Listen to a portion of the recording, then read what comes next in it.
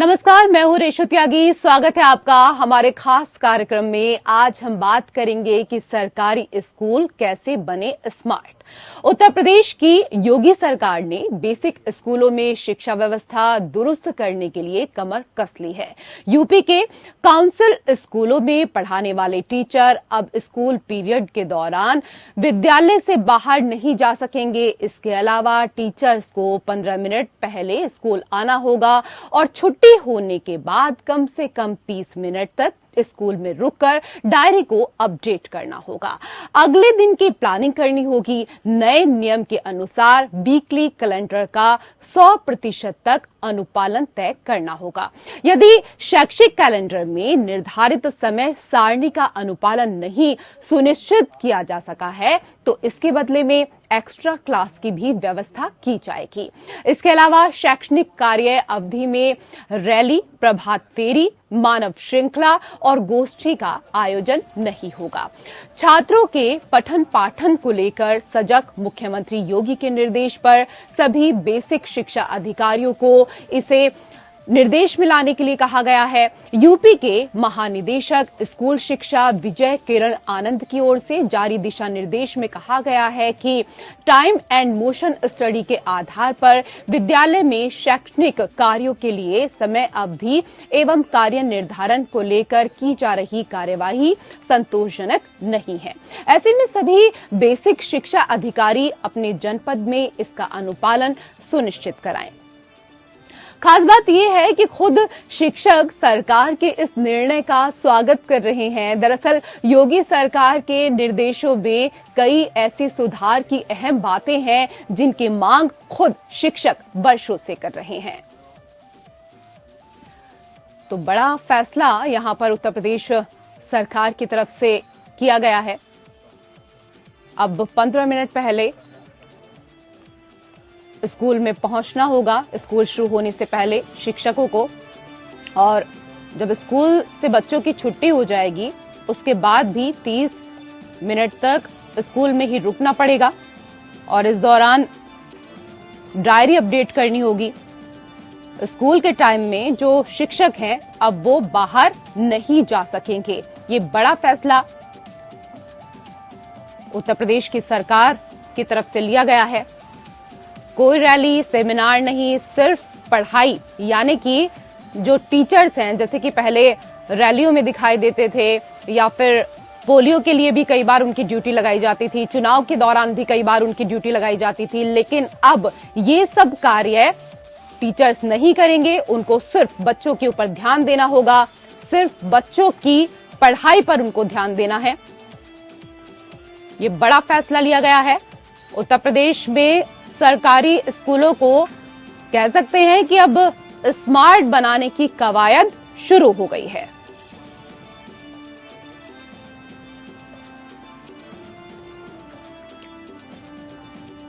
योगी सरकार ने शिक्षा व्यवस्था दुरुस्त करने के लिए अब कमर कस ली है। शिक्षक स्कूल के समय स्कूल से बाहर नहीं जा सकेंगे। तो यूपी में सरकारी स्कूलों को स्मार्ट बनाने की कवायद अब शुरू, और इस दौरान योगी सरकार का ये बड़ा ऐलान। स्कूल पीरियड के दौरान बाहर नहीं जा सकेंगे टीचर।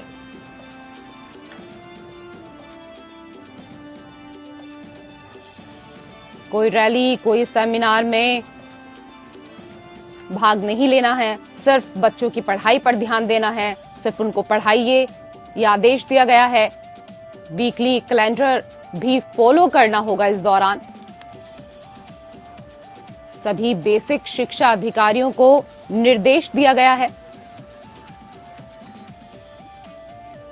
इस दौरान 20 नवंबर तक रिपोर्ट भी मांगी गई है। प्राइमरी एजुकेशन दुरुस्त करने के लिए दिशा निर्देश जारी किए गए हैं। परफॉर्मेंस आधारित व्यवस्था लागू करने पर जोर, तो एक अच्छी पहल उत्तर प्रदेश के मुखिया की तरफ से।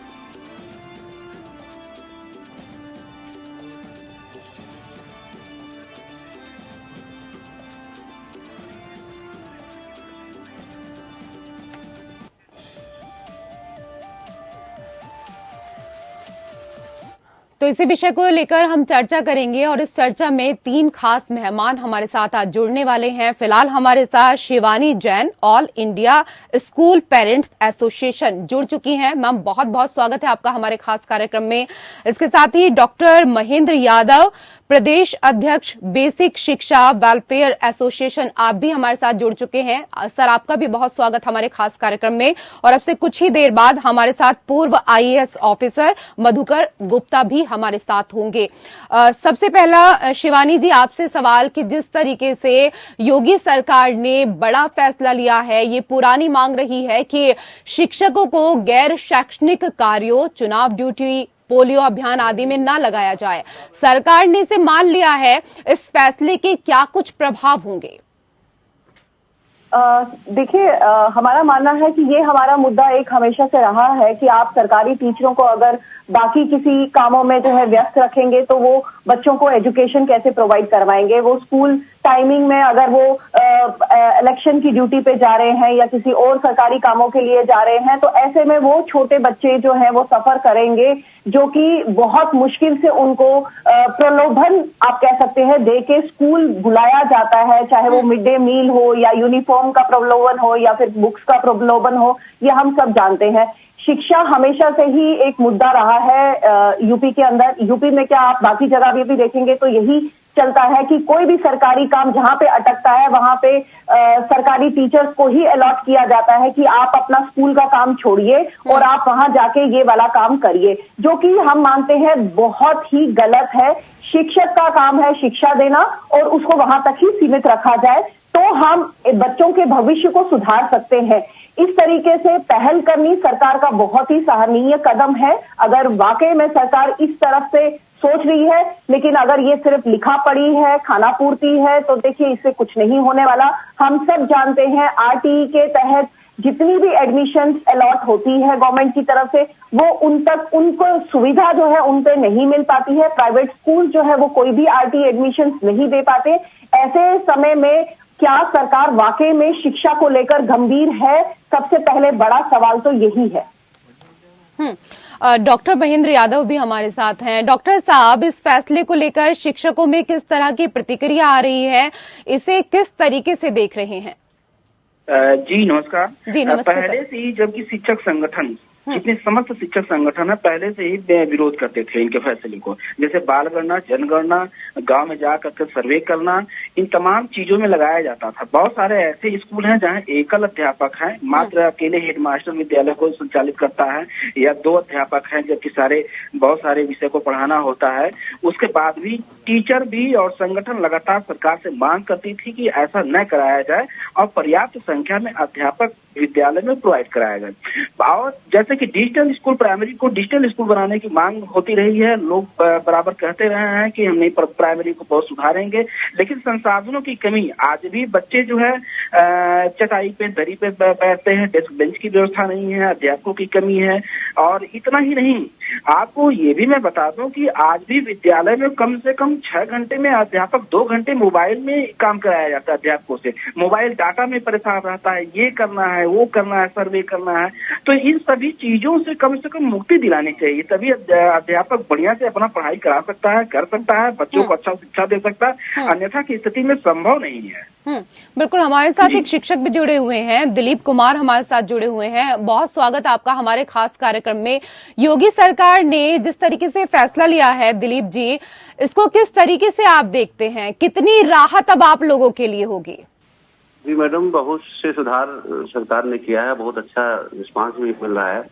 थोड़ी सी जो कमी है, जो डॉक्टर महेंद्र जी ने बताया कि जो टीचरों से स्कूल टाइम में मोबाइल पे जो अन्य कार्य, बैंकिंग संबंधित कार्य लिए जा रहे हैं, वो थोड़ा दिक्कत वाले हैं, क्योंकि कुछ हमारे अध्यापक नेट के प्रॉब्लम से बिजी रहते हैं, दिन भर उसी चक्कर में लगे रहते हैं, पढ़ाई पे ध्यान नहीं हो पाता। बाकी और जो हम लोग का वेतन समय से मिल रहा है, तमाम चीजें हो रही हैं, तो हम तो मैं डॉक्टर महेंद्र कुमार की बात से सहमत हूँ। अच्छा दिलीप जी, ये बताइए, क्योंकि आप लोगों से जुड़ा हुआ ये मुद्दा है, तो सबसे ज्यादा बेहतर तरीके से आप ही बता सकते हैं कि इस दौरान बच्चों को पढ़ाने में जब आपकी ड्यूटी कहीं और जगह लगा दी जाती है, चुनावों के समय लगा दी जाती है, इसके साथ ही पोलियो पिलाने के लिए कई बार लगा दी जाती है, कई सेमिनार में लगा दी जाती है, रैलियों में लगा दी जाती है, तो जाहिर सी बात है कि जो बच्चे हैं उनकी पढ़ाई तो बाधित होगी ही, और ऐसे में आप सरकार को ना भी नहीं कर सकते। लेकिन जिस तरीके से आज जो अब फैसला लिया गया है, इसको लेकर आप क्या कुछ कहना चाहेंगे? कितने खुश हैं अगर ये लागू होता है तो? अगर लागू हो जाता है तो मैडम शिक्षा व्यवस्था में बहुत अमूलचूल परिवर्तन हो जाएगा और बहुत अच्छा सुधार देखने को मिलेगा। लेकिन मैडम में लागू हो जाए तो वही बात है।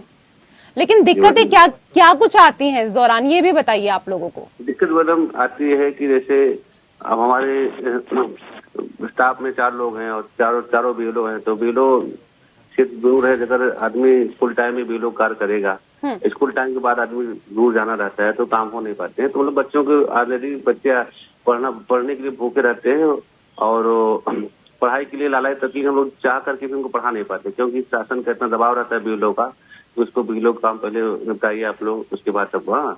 तो इसलिए हम लोग थोड़ा सा दिक्कत है। अगर सरकार ये फैसला लागू कर देती है तो हम लोग बहुत राहत की सांस महसूस करेंगे और पढ़ाई लिखाई बेहतर होगी। मतलब बिल्कुल, आप लोग चाहते तो हैं कि बच्चों को पढ़ाए, शिवानी जी, ये बड़ी बात है, लेकिन शिक्षक कहीं ना कहीं मजबूर होते हैं क्योंकि समय नहीं मिल पाता, उनको दूसरी चीजों में लगा दिया जाता है। जी बिल्कुल, यही सबसे बड़ी समस्या तो यही है। अभी जैसे अभी हमारे सुनने में भी आया है कि एक जो नई शिक्षा नीति है उसके तहत जो है यूपी सरकार ने एक नोटिफिकेशन निकाला है कि सभी प्राइवेट स्कूल जो है वो हर जिले में एक गवर्नमेंट स्कूल को अडॉप्ट करके उसको अपने मॉडल के हिसाब से जो है एजुकेशन प्रोवाइड करेंगे। ऐसे में सबसे बड़ा सवाल ये आ रहा है कि जो वहाँ के शिक्षक है, क्या गवर्नमेंट ने कोई ऐसी व्यवस्था की है कि उन लोगों को प्राइवेट स्कूल के कंपैरिजन में टीचर की ट्रेनिंग दी जाए प्रॉपर तरीके से, जिस तरीके से सीबीएसई देते आ रही है। ऐसे में उन टीचर्स की समस्या कहीं ना कहीं और बढ़ती जाएगी और शायद उन बच्चों की भी समस्या बढ़ती जाएगी जो सरकारी स्कूल में पढ़ रहे हैं।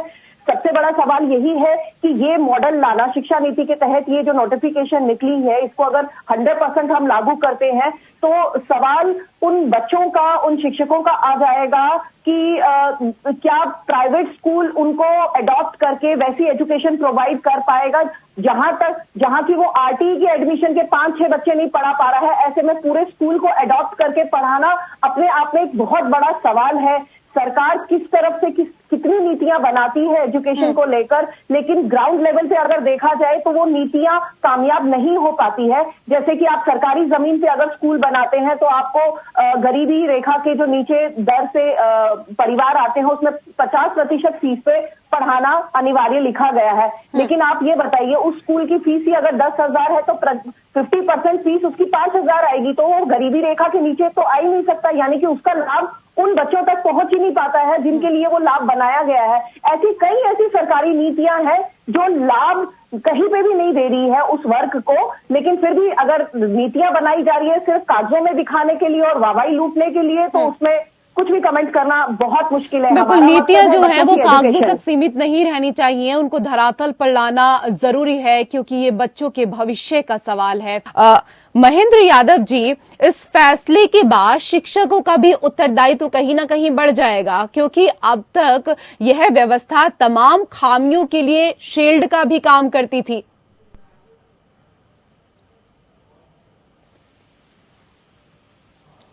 सर, आवाज मिल रही है आपको? चलिए, लगता है आवाज हमारी नहीं पहुंच पा रही है। शिवानी जी, सेम सवाल मेरा आपसे भी यही है। देखिए, समस्या तो बढ़ने वाली है। कहीं ना कहीं वो शील्ड भी लेते थे, अपने पर्सनल काम भी होते थे। अगर एट लास्ट हमारा फोकस सिर्फ एजुकेशन होना चाहिए। अब शायद आप ये कह सकते हैं सरकारी स्कूल में बच्चे, शायद इसका सबसे बड़ा बेनिफिट ये रहेगा कि जो बच्चे जो लोग सरकारी स्कूल में पढ़ाना नहीं चाहते थे, यहाँ तक कि छोटा निचला वर्ग लोगों का वर्ग भी जो है वो सरकारी स्कूल में प्रेफर नहीं करता था क्योंकि वहां पे एजुकेशन प्रोवाइड नहीं होती थी। 150 बच्चों पे एक टीचर या 2 टीचर होती थी, जिसको नर्सरी से लेकर फर्स्ट से लेकर 5वीं या 8वीं तक की कक्षाओं का उन बच्चों को पढ़ाना होता था। अब जिम्मेदारियां और बढ़ती जाएंगी, अब शायद बच्चे और आना शुरू हो जाएंगे। जो बच्चे लोग अवॉइड करते थे गवर्नमेंट स्कूल में की एजुकेशन वहां की अच्छी नहीं है, अप टू लेवल नहीं है, वो एजुकेशन क्वालिटी शायद हमारे को, मैं इंसिस्ट कर रही हूँ, शायद वो क्वालिटी अब सुधर जाए और गवर्नमेंट स्कूल को में बच्चे ज्यादा से ज्यादा पढ़ने आए, जिससे हम कहीं ना कहीं अपने देश के भविष्य को ही बेटर कर सकते हैं। बिल्कुल। तो इसकी पूरी रिस्पॉन्सिबिलिटी टीचर्स पे जाएगी। बिल्कुल सही आपने कहा। महेंद्र यादव जी, वही सवाल आपसे भी मैं यहाँ पर करना चाहूंगी कि इस फैसले के बाद शिक्षकों का भी उत्तरदायित्व जो है वो कहीं ना कहीं बढ़ जाएगा, क्योंकि अब तक ये व्यवस्था तमाम खामियों के लिए शील्ड का भी काम करती थी। जी देखिए, अध्यापक अपने काम से कहीं मुखरता नहीं है, काम अपने कंधे के लिए हमेशा तत्पर रहता है। बशर्ते हमारी मांग है, शिक्षक हमेशा यही चाहता है कि उसको जो बेसिक में जो संसाधन मिलने चाहिए कम से कम उसको मिलना चाहिए। अभी कम से कम जो चीजें इंग्लिश मीडियम स्कूलों में उपलब्ध हैं, कम से कम वो चीजें उपलब्ध होनी चाहिए। अब वर्तमान समय में आप देख लीजिए कि जितने भी अध्यापक आ रहे हैं, कम से कम BSc, MSc, B.Ed, BTC करके आ रहे हैं और योग्यता के आधार पर उनकी बहुत अच्छी है और वो अधिकतर सुधार की बात कर रहे हैं और सुधार भी रहे हैं। बहुत अच्छे प्रत्येक ब्लॉक में 5 विद्यालय इंग्लिश मीडियम के खोले जा रहे हैं और वहां पे बहुत ही अच्छी पढ़ाई हो रही है। लेकिन कम से कम गवर्नमेंट को चाहिए कि संसाधन उपलब्ध कराए। हमें संसाधन उपलब्ध होगा तो निश्चित रूप से सुधार जरूर होगी, 100% होगी। शिवानी जी, यूपी में प्राथमिक शिक्षा के स्तर पर सुविधाओं की उतनी समस्या नहीं है जितना माइंडसेट का विषय है। आगे किस तरह से इसमें और सुधार किया जा सकता है, क्या कुछ सुधार हो सकता है? देखिए, सबसे बड़ा सुधार तो हम यही कहेंगे कि हमारी जो व्यवस्था है, जो टीचर्स तो आप दे रहे हैं, टीचर्स बहुत अच्छे भी होते हैं और टीचर्स अपना काम बहुत अच्छे तरीके से भी करते हैं, बट प्रॉब्लम आती है उन स्कूलों में फैसिलिटीज की। एक कक्षा या 2 कमरे की कक्षा में आप स्कूल खोलकर, आप सरकारी स्कूल खोलकर और चाहते हैं वहां पे 200 बच्चे बैठे, एक कक्षा में अगर 3 क्लासेस, एक क्लासरूम में अगर 3 कक्षाओं का संचालन होगा या 4 कक्षाओं का संचालन होगा, ऐसे आप एजुकेशन क्वालिटी कैसे प्रोवाइड करवा सकते हैं? तो हमारे को इंफ्रास्ट्रक्चर पे भी फोकस करना चाहिए, फैसिलिटीज पे तो फोकस करना चाहिए। हमारे एक शिक्षक से हम ये उम्मीद नहीं कर सकते हैं वो इंग्लिश भी पढ़ाए, हिंदी भी पढ़ाए, साइंस भी पढ़ाए, वो स्पोर्ट्स भी करवाए। बहुत डिफिकल्ट है। इस मामले में हम बहुत ही मैं कहती हूँ हमें प्रेज करना चाहिए उन टीचर्स का जो एक ही स्कूल को अकेले अपने बलबूते पे हर सब्जेक्ट पढ़ाते हैं, उसमें वो क्वालिटी भी देते हैं, बच्चों को कोशिश करते हैं वो स्पोर्ट्स में भी जाए, जो कि अपने आप में बहुत डिफिकल्ट है। मैं बिल्कुल सहमत हूँ महेंद्र जी की बात से कि शिक्षकों को वो फैसिलिटीज प्रोवाइड होनी चाहिए जो प्राइवेट स्कूलों में हो रही है।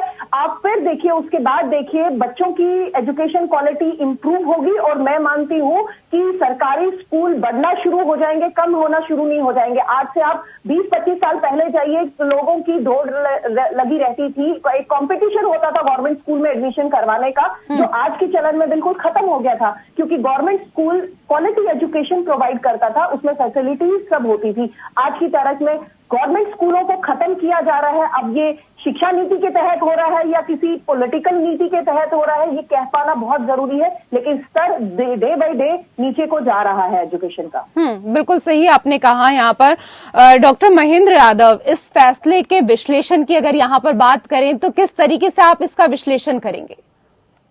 देखिए, मैं तो ये चाहता हूँ कि जैसे अभी मैडम ने कहा कि एक अध्यापक पूरे क्लास को चला रहा है। मैं आपको बता सकता हूँ कि उत्तर प्रदेश में ऐसे बहुत सारे जनपद हैं, जैसे श्रावस्ती हुआ, बहराइच हुआ, लखीमपुर खीरी हुआ, सिद्धार्थनगर, ऐसे बहुत सारे जनपद है जहाँ पे एकल विद्यालय, मात्र अकेला अध्यापक पूरे क्लास को पढ़ा रहा है। और इतना ही नहीं, दूसरे विद्यालय का भी चार्ज उसके पास है।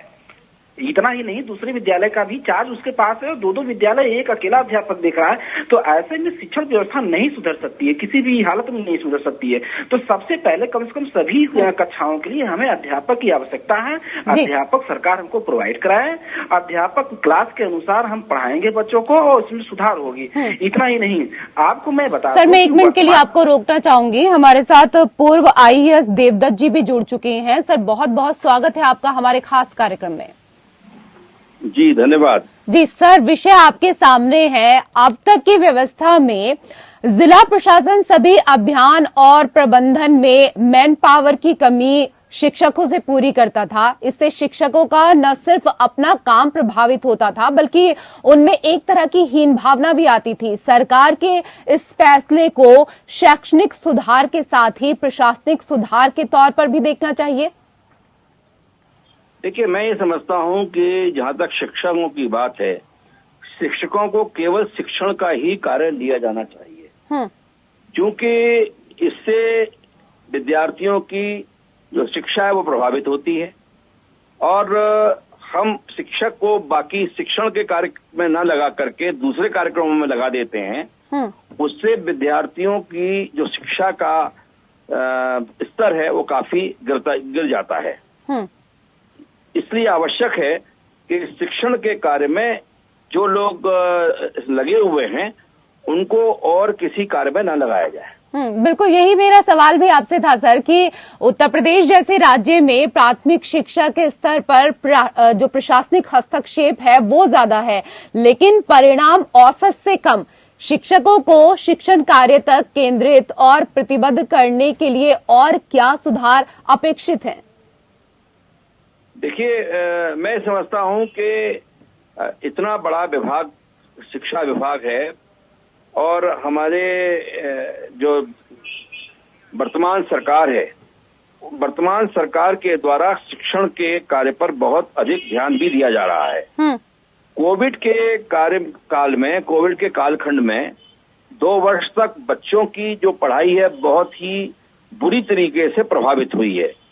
और मैं ये समझता हूं कि काफी बच्चे ऐसे हैं जो जिनके पास ना तो मोबाइल फोन थे, ना उनके पास ऐसी कोई सुविधा थी, तो ये पूरे 2 वर्ष उनके ब्लैंक चले गए जी, जो कोविड के काल के हैं। तो अब आवश्यकता इस बात की है कि किस प्रकार हम उन बच्चों को, जिनको कि इस कालखंड में पूरा शिक्षण हमारा बाधित हुआ है, उनको कैसे हम दोबारा से रिवाइव करें। उन बच्चों का वो टाइम तो वापस नहीं आ सकता, लेकिन हमें अधिक प्रयत्न करने होंगे, उनको अधिक हमें ध्यान देने की आवश्यकता होगी। बिल्कुल सही आपने कहा कि टाइम वापस नहीं आ सकता, लेकिन हमें ध्यान देने की जरूरत है।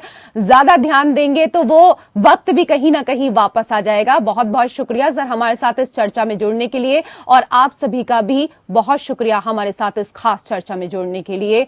तो सरकारी स्कूल उत्तर प्रदेश में अब स्मार्ट बनेंगे। उत्तर प्रदेश की योगी सरकार ने बेसिक स्कूलों में शिक्षा व्यवस्था दुरुस्त करने के लिए कमर कस ली है। और इसी के साथ इस बुलेटिन में फिलहाल इतना ही। नमस्कार।